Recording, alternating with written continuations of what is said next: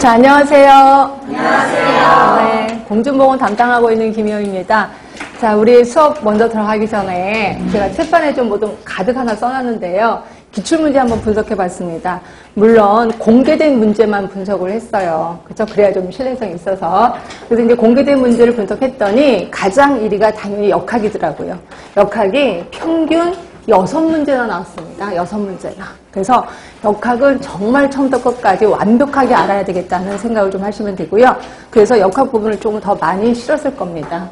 자, 그 다음으로 대부분 생각하시기에 환경이라고 생각하지만요. 아니더라고요. 보건행정이더라고요. 물론 평균은 여기 보통 3문제, 3문제, 얘가 한 2.5문제 정도 나왔거든요. 그래서 이렇게 우열을 가릴 수는 없지만 그래도 보건행정이 이제 그 다음에 두 번째로 나왔구나. 그렇죠? 근데 여기서 문제는 물론 전공이신 분은 상관이 없어요. 근데 전공이 아니신 분은 자, 공중보건조차도 힘들어 죽겠는데 보건행정 단어가 엄청 낯설거든요. 그래서 많이 힘드시단 말이에요. 그래서 저는 보건행정 쪽을 조금은 더 많은 시간을 투자할까 합니다. 예, 이거 보고. 그런데 이제 환경 부분이 예전에 진짜 많이 나왔거든요. 근데 이게 점점 줄어들기 시작하더라고요. 그리고 이번에 시험 보신 분은 아시겠지만 경기도에서는 환경 문제가 한 문제도 안 나왔습니다. 그러니까 점점 줄어들고 있는 거고요. 그래서 이 환경에 대해서 어떻게 좀 투자를 좀 줄여야 되나라는 생각도 들긴 하지만 그래도 워낙 환경이 이슈화가 됐기 때문에 이것도 계속해서 지금처럼 유지는 할 겁니다. 그리고 암기 위주로 해야 되는 것도 아실 거고요. 그 다음으로 환경과 똑같이 나온 게 개념 부분이에요. 개념 부분 하면 오늘 이제 배우실 거, 뭐 오늘 아니면 다음 주에 배우실 그런 내용들이 대부분 나왔겠구나라고 생각하시면 되고요. 자, 그 다음에 5번째가 이제 산업 쪽. 그래서 여기 이게 이제 2.5문제 정도 평균, 산업이 한 2문제 정도 이렇게 나왔었습니다. 그러니까 산업은 끊임없이 나오는 거고요. 산업하면은 대부분 대상이 2개죠. 하나는 환경 쪽이고, 그러니까 산업장, 작업장의 환경 문제고 또 하나가 우리 근로자 문제가 있는 거죠. 그래서 근로자 문제 하면은 대부분 직업병들이 시험 문제 좀 나올 거고요. 환경 부분 하면은 그 작업장에 유해 환경이 있어, 유해 물질이 있어. 그럼 이거를 바꿔야 돼. 그래서 뭐 대치, 뭐 환기 이런 것들이 나오고 그 다음에 계산하는 거, 뭐 도수율, 강도 이런 것들이 나올 겁니다. 근데 산업은 딱 나올 게 정해져 있습니다. 이 정도만 기억하시면 되고요.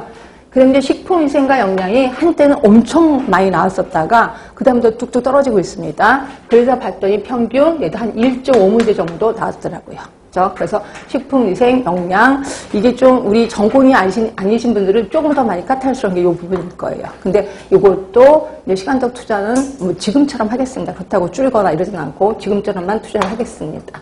그 다음에 이제 나머지 것들이 이런 순서대로 나왔어요. 학교, 모자보건, 인구, 통계, 의복, 기생충. 그래서 그 공개된 문제 중에서는 기생충이 한 2문제 정도, 10개령 중에서 2개 정도 나왔고요. 공개되지 않은 거에는 좀 나오긴 나왔었다라고 하는데, 문제는 기생충이 너무 외울 게 많아서, 이게 나오지 않을 수도 있는데, 이거가 시간적 투자하기가 좀 그렇긴 합니다. 그래도 하여튼 지금처럼 이대로 하겠습니다.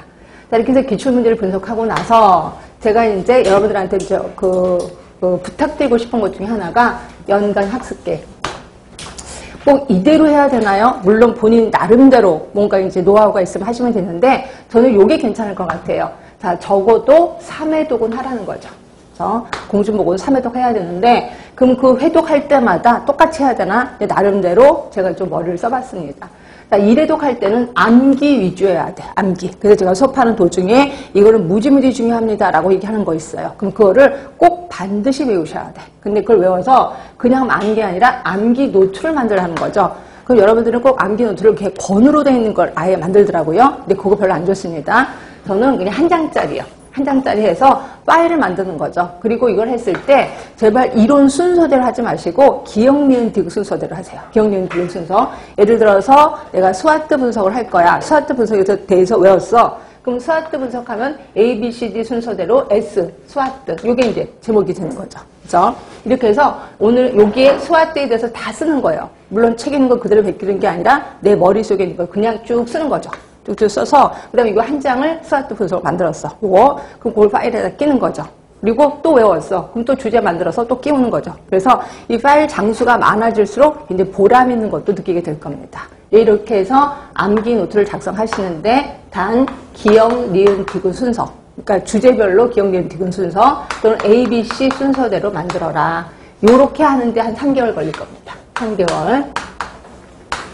자, 그러면 이해독은 어떻게 하느냐? 이제 이 암기 노트는 항상 여기 갖고 있는 거고요. 그 다음에 이제 정독을 하는 건 뭐냐면, 내가 암기한 부분 외에 다른 부분들이 있을 거예요. 그거를 줄을, 자 같은 거 갖고 한 줄 한 줄 이렇게 좀 읽으세요. 그러니까 소리 내서 읽든지 이렇게 해서, 그러니까 암기한 부분은 이미 아실 거고, 암기할 때 안 읽고 넘어간 것들이 있을 거예요. 그런 것들을 천천히 읽으라는 거죠. 이거 우리 정독이라고 표현하는 거고요. 자, 요거 말씀 안 드렸는데, 이래독 할 때 여러분들은 꼭 제가 문제를 나중에 풀어보세요 라고 하면 진짜 문제를 막 풀고 싶어서 안달안달 하더라고요. 나 이만큼 지식이 있으니까 나 문제 이만큼 풀 수 있을 것 같아. 이렇게 하더라고요. 그래서 제가 이거 문제 푸셔도 좋습니다. 자, 암기하고, 그 다음 암기 노트 만들고, 그 다음에 이거와 관련된 문제를 좀 풀어보세요.